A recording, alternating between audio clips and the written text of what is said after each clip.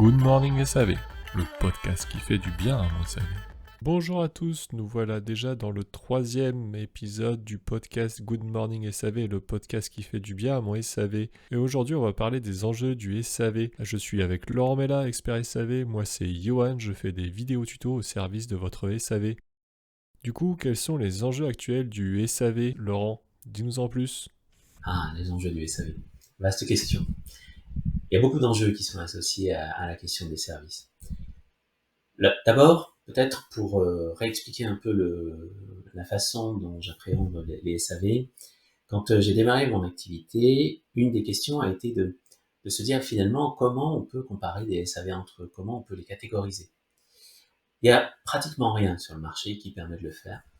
Il n'y a pas de référentiel du SAV, il y a des bonnes pratiques, ce que des entreprises réussissent à faire ou ont réussi à faire dans le passé, et ça s'arrête à peu près là. Donc, la réflexion a été de se dire, ok, si on trouvait des éléments de comparaison, et ça m'a amené à classer les SAV en 3-4 grandes catégories. Là aussi, c'est des grands ensembles de catégories, ça ne dit pas que c'est une vérité absolue. Mais pour faire simple, on a en gros le SAV que j'ai appelé le SAV mal nécessaire. En gros, c'est le SAV qui est subi. C'est celui où une entreprise décide d'avoir un SAV parce qu'elle vend des équipements techniques, donc il faut avoir un SAV. Elle y accorde peu de moyens et en général produit peu de résultats, c'est-à-dire peu ou pas de rentabilité. On va s'y intéresser que quand il y a des problèmes. En gros, c'est un service réclamation, pour le faire très simple. Deuxième niveau de catégorie, on pourrait dire, c'est le service centre de profit qui essaye, où là, la question s'est posée de dire, quand même, ce truc-là, il faudrait que ça nous rapporte un peu d'argent. Euh, donc, on va y mettre un peu de moyens, on va réfléchir à la question des contrats, des débuts de contrat, un peu d'entretien, de visite préventive, des choses comme ça. On va essayer aussi de faire en sorte de vendre des pièces de rechange, parce que ça rapporte de la marge, si on fait bien. Et donc, celui-là, c'est plutôt le SAV centre de profit. Et puis, troisième catégorie, que j'ai appelé le SAV service client. Là, c'est l'entreprise a décidé de faire de son SAV quelque chose, un de ses piliers de rentabilité. Le SAV commence à rentrer dans la stratégie de l'entreprise. Et là, en général, ce qu'on observe, c'est que la partie d'entreprises qui sont dans ces catégories-là ont un SAV qui est rentable.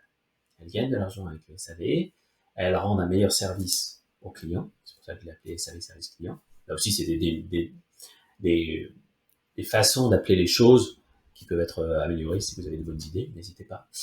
Euh, et puis, il y a une dernière catégorie que j'ai appelée le SAV succès client. Et là, l'idée, c'est d'aller beaucoup plus loin et de se dire finalement, je vais arrêter de vendre mes équipements. Je vais les mettre à disposition avec toute une palette de services associés.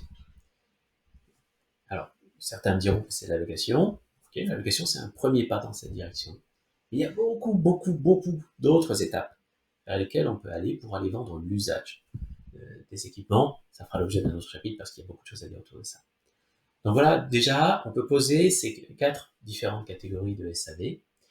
Et le monde serait très simple si chaque entreprise pouvait dire, mon SAV va dans cette catégorie-là. Dans la réalité, chaque SAV, chaque organisation SAV a un pourcentage de ces 4 catégories. Un pourcentage. Même un SAV extrêmement structuré a un petit pourcentage de mal nécessaire. Donc, la question, c'est d'aller approfondir ça et de voir ensuite, à partir de là, comment on peut progresser. Les 4, alors si tu as dit le SAV mal nécessaire, SAV centre de profit, le troisième c'est quoi? Le SAV service client, SAV service client et le SAV succès client. D'accord, donc ça en fait 4. ouais. Alors est-ce que du coup les enjeux actuels du SAV, c'est justement de tendre vers la quatrième catégorie, le SAV succès client, ou c'est pas forcément ça l'enjeu du SAV finalement? C'est pas un enjeu en tant que tel. L'enjeu, c'est les questions que ça pose. Les questions que je dois me poser pour vraiment m'intéresser au succès de mon client.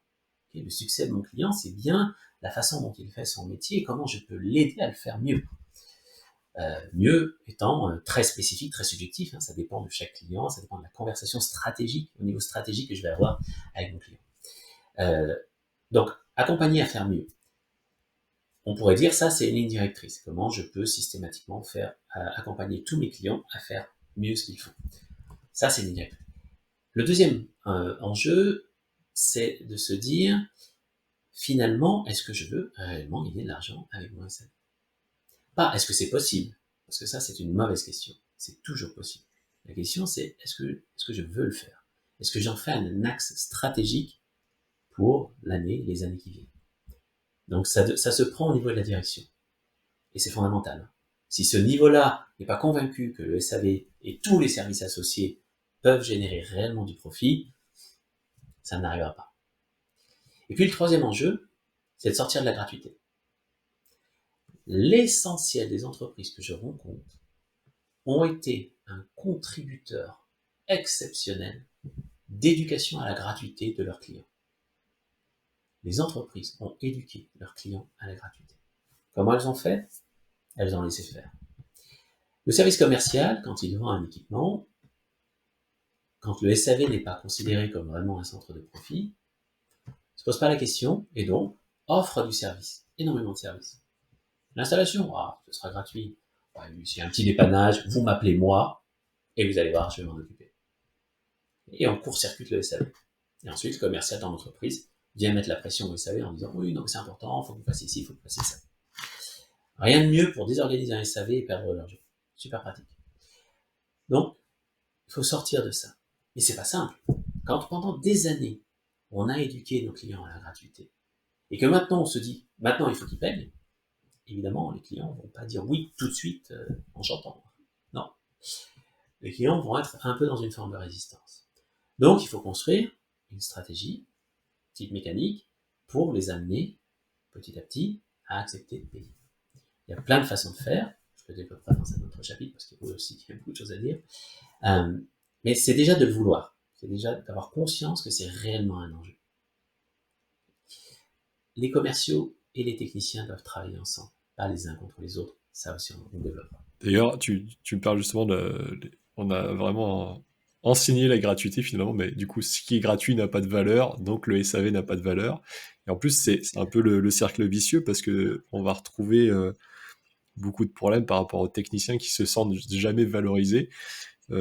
Justement, j'avais fait un post encore sur ce service après-vente et oui, quelqu'un qui disait en effet exactement comme toi que on a trop appris cette gratuité au SAV. Et la personne, elle disait, en même temps, quand on fait ça, c'est qu'on a quelque chose à se reprocher. C'est qu'il y a un truc qui s'est mal passé quelque part, et du coup, on préfère faire gratuit directement pour pas avoir d'embrouille avec le client. C'est quelque chose que tu as retrouvé, ça aussi, ou pas? Oui, je l'ai entendu quelques fois. Et en fait, on ne fait pas forcément gratuit parce qu'on a quelque chose à se reprocher. On fait souvent gratuit pour deux raisons principales.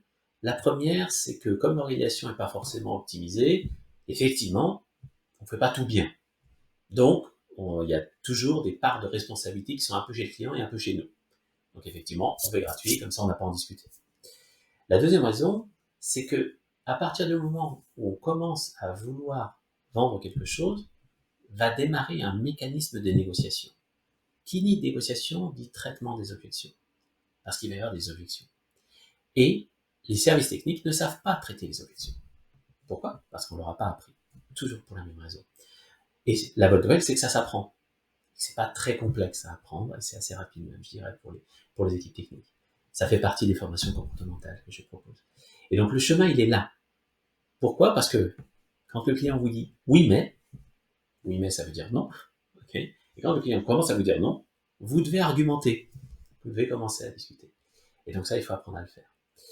Et ça commence là. C'est-à-dire que pour arrêter que ce soit gratuit, il faut être en capacité de traiter des objections avec les clients.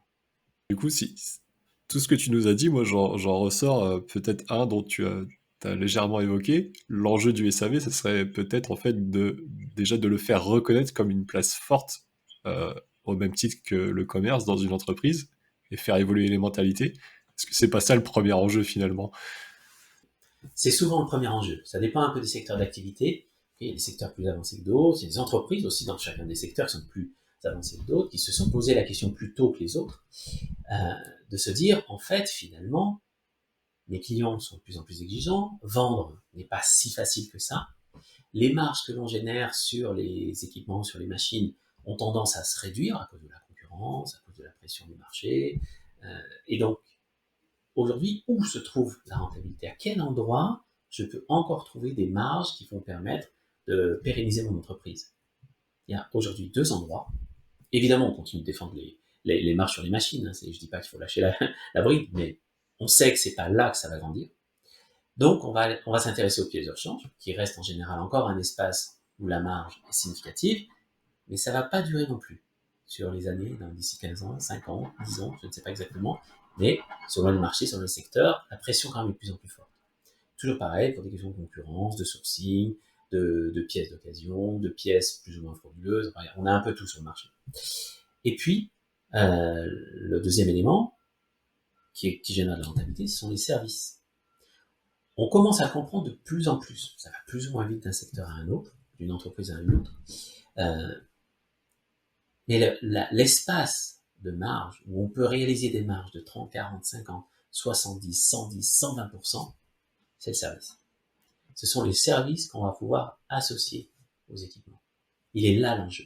Et si je devais résumer à un enjeu dans tout ce que je viens de décrire, c'est la pérennité de l'entreprise.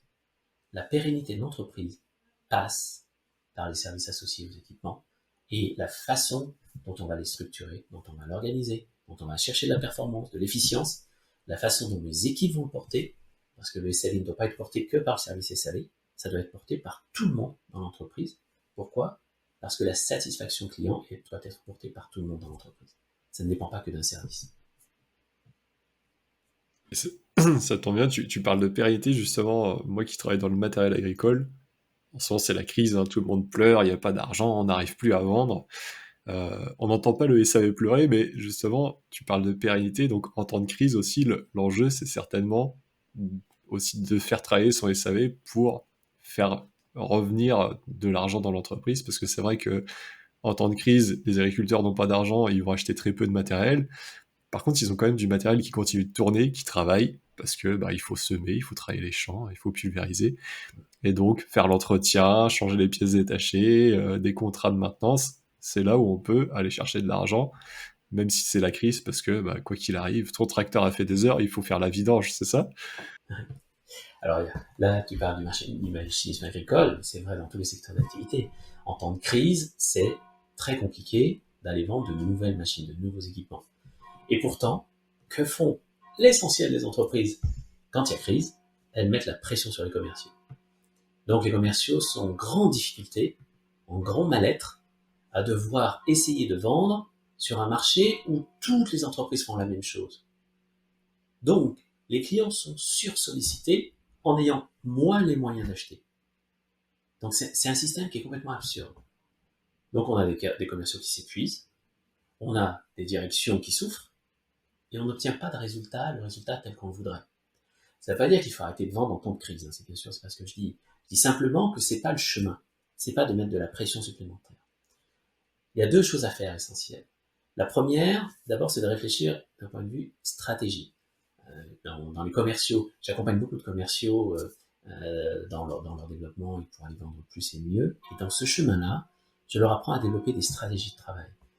Parce que c'est très important d'avoir une stratégie. Et une stratégie de crise n'est pas la même qu'une stratégie quand les choses vont plutôt bien. Et la deuxième chose, c'est qu'une entreprise, et ça fait partie de la pérennisation des entreprises, c'est qu'une entreprise est d'autant plus solide qu'elle est résiliente. Pour être résilient, pour être en capacité d'accuser les chocs, parce que des crises, on en a rencontré avec le Covid, et on va encore en rencontrer, avec les crises financières passées, c'est inévitable. Il y aura des crises dans la vie des entreprises. Pour les rendre solides et robustes, le chemin, c'est de développer des services. Pourquoi ? Quand on est client, quand on est utilisateur d'un équipement, comme un peu tu le disais tout à l'heure, on va, en période de crise, on va essayer de faire durer l'équipement avant de le changer. Même s'il faudrait le changer, on va encore essayer de tirer 1 an, 2 ans, 3 ans. Et donc, comment on fait pour faire durer l'équipement ? Il faut l'entretenir. Il faut changer ce qui ne va pas, les pièces qui sont abîmées, les sous-ensembles, etc. Et il faut s'assurer de le maintenir en bonne condition opérationnelle. Comment on fait ça ? Avec le SAV. C'est bien le service client de l'entreprise qui va s'occuper de continuer à faire vivre les équipements. Et donc, tout ça, c'est de la marge supplémentaire en temps de crise. Sauf qu'évidemment, pendant la crise, si je ne suis pas déjà structuré, si je n'ai pas déjà donné de l'importance stratégique à mon SAV, évidemment, je vais avoir beaucoup de mal à le faire pendant la crise. il faut le faire avant. Et je dis souvent qu'il faut travailler son organisation SAV quand tout va bien, quand tout est facile. Les ventes sont relativement faciles. C'est le meilleur moment. Pourquoi? Parce qu'on a les moyens, on a le temps, entre guillemets, tout le monde croit après le temps, mais on a un peu plus de temps pour pouvoir le faire, et du coup, on est prêt. Le jour où une crise arrive, on est prêt. Tout simplement. Donc, si on est dans ce cas-là à cette heure-ci, c'est trop tard. Enfin, c'est pas le bon moment, quoi. Oui, c'est sûr. Voilà, exactement. C'est pas le meilleur moment. Alors, ça veut pas dire qu'on peut rien faire. Et on peut quand même commencer à se poser la question et se dire, ok, très bien. On sort de la crise et ensuite on se pose un certain nombre de questions stratégiques pour reprendre les choses en main. Très bien. En tout cas, si j'assume, la première pierre des enjeux du SAV, ça va être de le faire reconnaître au sein d'une entreprise et aussi de faire évoluer les mentalités. Je veux dire, ça tombe bien, transition toute trouvée pour le prochain épisode où on va parler de route carrosse. Je suis sûr que ça va vous parler. Merci et bonne semaine à vous. Bonne journée à tous. C'est fini. Rendez-vous la semaine prochaine pour un nouvel épisode. Sache que c'est Laurent Bella avec sa société Service Essence qui propulse ce podcast. Service Essence propose des services pour améliorer ton SAV, des formations, du consulting et tout un tas d'outils qui pourront te faire passer un cap avec ton entreprise. À bientôt!